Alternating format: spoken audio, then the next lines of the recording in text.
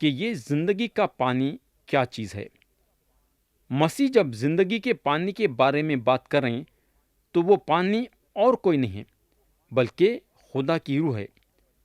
خدا کی روح اب تک نہیں دی گئی تھی کیونکہ مسیح اپنے جلال کو نہیں پہنچے۔ خدا کی روح اس وقت تک نہیں آئی جب تک کہ پینتیکست کا دن نہیں آ گیا۔ پینتیکست کے دن خدا کی روح مسیح کے شاگردوں پہ اور وہ سارے لوگوں پہ جو شاگردوں کے ساتھ جمع ہو گئے تھے دعا کرنے کے لیے، ان پر آئی۔ میرے بھائی، خدا کی روح آج وہ ساروں پہ نازل ہوتی ہے جو یسوع مسیح پہ ایمان لاتے ہیں۔ خدا کی روح کا یہ کام ہے کہ ایمان رکھنے والوں کو مسیح میں ایک بدن کر دینا، یعنی کہ ایک جٹ کر دینا۔ خدا کی روح ایمان رکھنے والوں پہ نازل ہونا یہ بتاتی ہے کہ مسیح ایمان رکھنے والوں کے ساتھ ہمیشہ ہیں۔ آیت 40 میں لکھا ہوا ہے، پس بھیڑ میں سے بعض نے یہ باتیں سن کر کہا، بے شک یہی وہ نبی ہے۔ تو کلام بتاتا ہے کہ بھیڑ میں سے بعض۔ اب سوال یہ پیدا ہوتا ہے کہ بعض کا کیا مطلب ہے؟ بعض کا مطلب یہ ہے کہ پورے نہیں بلکہ چند۔ اب ہم کو یہ نہیں معلوم ہے کہ وہاں کتنے لوگ تھے جو مسیح کے باتوں کو سن رہے تھے، مگر کلام بتاتا ہے کہ بعض سن کے ان کے بارے میں یہ بولنے کو لگے کہ بے شک یہ وہ نبی ہے۔ تو یہ بھیڑ میں سے تھوڑے لوگ جان لیے کہ مسیح خدا کے طرف سے ہیں اور خدا مسیح کو بھیجا ہے جس کے ذریعے سے گناہوں کی معافی اور ہمیشہ کی زندگی ہے۔ کیونکہ اگر ہم آیت 41 پڑھیں گے تو لکھا ہوا ہے، اوروں نے کہا یہ مسیح ہے، اور بعض نے کہا کیوں؟ کیا مسیح گلیل سے آئے گا؟ میرے بھائی، بہرحال کئی لوگ مسیح پہ ایمان لائے اور کئی لوگ نہیں لائے۔ آج بھی اگر ہم دیکھیں گے تو ہم کو معلوم ہوگا کہ مسیح کی منادی کرنے کے لیے جا رہے ہیں لوگ، مگر کئی لوگ مسیح پہ ایمان لا رہے ہیں اور کئی لوگ نہیں لا رہے ہیں۔ آیت 42 اور 43 میں لکھا ہوا ہے، کیا کتاب مقدس میں یہ نہیں آیا کہ مسیح داؤد کی نسل اور بیتلہم کے گاؤں سے آئے گا جہاں کا داؤد تھا؟ پس لوگوں میں اس کے سبب سے اختلاف ہوا۔ تو مسیح جو ہیں داؤد کے نسل سے تھے اور بیتلہم شہر سے تھے۔ بیتلہم وہ جگہ تھی جہاں انہوں پیدا ہوئے۔ خدا جو ہے میکا نبی کے ذریعے سے اعلان کر دیا تھا کہ مسیح بیتلہم میں پیدا ہوں گے۔ اس بات کا ثبوت ہم لوگ کو میکا نبی کی کتاب باب 5 اور اس کی آیت 2 میں ملے گا، جہاں خدا کے کلام میں لکھا ہوا ہے، لیکن اے بیتلہم افراتا، اگرچہ تو یہودا کے ہزاروں میں شامل ہونے کے لیے چھوٹا ہے، تو بھی تجھ میں سے ایک شخص نکلے گا اور میرے حضور اسرائیل کا حاکم ہوگا، اور اس کا مصدر زمانے سابق، خادم الایام سے ہے۔ تو مسیح داؤد کے نسل اور بیتلہم سے تھے۔ بیتلہم میں انہوں پیدا ہوئے۔ ان کی پیدائش ایک عجیب پیدائش تھی۔ ان کو رہنے کے لیے جگہ نہیں تھی، ان کو چرنی میں رکھا گیا۔ یہودیوں کا یہ خیال تھا کہ مسیح محل میں پیدا ہوں گے، مگر ان کا خیال غلط تھا۔ خدا کے خیال انسان کے خیال سے نہیں ملتے ہیں۔ خدا کا سوچنے کا ایک طریقہ ہے اور انسان کے سوچنے کا ایک طریقہ ہے۔ مسیح بیتلہم سے شروع کرے، مگر انہوں اپنی خدمت گزاری کرنے کے لیے بیتلہم میں ٹکے نہیں۔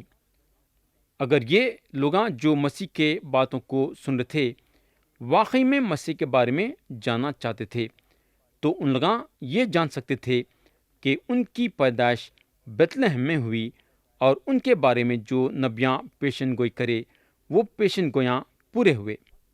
تو میرے بھائی، مسیح ہیں جو لوگوں کو دعوت دے رہے ہیں ان کے پاس آ کے زندگی کا پانی پینے کے لیے۔ مگر اگر ہم دیکھیں گے تو لوگ ان کے بارے میں طرح طرح یعنی کہ الگ الگ خیال ظاہر کر رہے تھے۔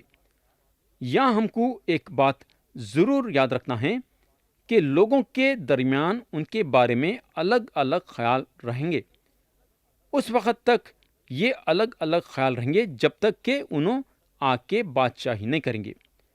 یہ الگ الگ خیال ان کے بارے میں ختم ہو جائیں گے جب انہوں دوبارہ آئیں گے اور اپنی بادشاہی قائم کریں گے۔ آیت 44 میں لکھا ہوا ہے، اور ان میں سے بعض شخص اس کو پکڑنا چاہتے تھے مگر کسی نے اس پر ہاتھ نہ ڈالا۔ تو یہ جو بھیڑ تھی، چند لوگاں ان پہ ایمان لائے، مگر اس میں سے چند لوگاں تھے جو ان کو پکڑنا چاہتے تھے، مگر یہ نہیں ہو سکا۔ کئی کو بولے تو ان کا وقت نہیں آیا۔ اگر ہم خدا کے کلام میں دیکھیں گے تو کتنے مرتبہ کلام یہ بتاتا ہے کہ ان کا وقت نہیں آیا تھا، ان کا وقت نہیں ہے، ان کا وقت نہیں آیا تھا، وغیرہ وغیرہ۔ بولنے کا مطلب یہ ہے کہ خدا کا کلام وقت کے ساتھ چل رہا تھا اور وقت کے بارے میں بتا رہا تھا۔ آیت 45 اور 46 میں لکھا ہوا ہے، پس پیادے سردار کاہنوں اور فرشتیوں کے پاس آئے اور انہوں نے ان سے کہا، تم اسے کیوں نہ لائے؟ پیادوں نے جواب دیا کہ انسان نے کبھی ایسا کلام نہیں کیا۔ پیارے بھائی اور بہن، اب آپ سوچ سکتے کہ یہ جو پیادے تھے مسیح کے بارے میں کتنی بڑی گواہی دیے۔ اصل میں دیکھا گیا تو یہ پیادے ان کو پکڑ کے لانے کے لیے بھیجائے گئے تھے، مگر جب ان لوگ کھڑے ہو کے مسیح کے تعلیم کو سنے تو دنگ ہو گئے اور ان کو پکڑنے کے بجائے ان کے تعلیم سے خوش ہو گئے اور واپس بزرگوں کے پاس آ کے مسیح کے بارے میں یہ بولنے کو لگے کہ انسان کبھی ایسا کلام نہیں کیا۔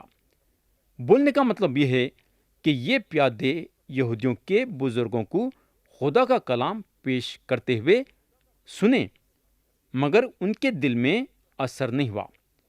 مگر جب مسیح خدا کے کلام کو پیش کرے تو ان کے دلاں چیرے گئے اور ان لوگاں مسیح کے لیے ایک بہت بڑی گواہی بنے۔ تو جو لفظ مسیح کے منہ سے نکل رہے تھے وہ لفظ پیادوں کے دلوں کو چیر دے رہے تھے۔ یہودیوں کے بزرگوں کو ابھی بھی موقع تھا مسیح کے کلام کو قبول کرنے کے لیے، ان کے پاس ابھی بھی موقع تھا مسیح کو اپنا منجی ماننے کے لیے، مگر افسوس کی بات یہ ہے کہ یہ لوگاں اس وقت بھی مسیح کو قبول نہیں کرے بلکہ مسیح کا انکار کرے۔ آیت 47 سے 53 میں لکھا ہوا ہے، جو کہ یہ باب کے آخری آیتیں ہیں۔ لکھا ہوا ہے، فرشتیوں نے انہیں جواب دیا، کیا تم بھی گمراہ ہو گئے؟ بھلا سرداروں یا فرشتیوں میں سے بھی کوئی اس پر ایمان لایا؟ مگر یہ عام لوگ جو شریعت سے واقف نہیں لعنتی ہیں۔ نیکودیمس نے جو پہلے اس کے پاس آیا تھا اور انہی میں سے تھا، ان سے کہا، کیا ہماری شریعت کسی شخص کو مجرم ٹھہراتی ہے جب تک پہلے اس کی سن کر جان نہ لے کہ وہ کیا کرتا ہے؟ انہوں نے اس کے جواب میں کہا، کیا تو بھی گلیل کا ہے؟ تلاش کر اور دیکھ کہ گلیل میں سے کوئی نبی نہیں اٹھنے کا۔ پھر ان میں سے ہر ایک اپنے اپنے گھر چلا گیا۔ تو پیارے بھائی اور بہن، آج ہم یوحنا کی انجیل باب 7 اور اس کی آیت 22 سے غور کرنا شروع کریں، اور ہم آج یہ باب کو ختم کریں۔ یہ باب میں سے ہم بہت سارے باتیں سیکھیں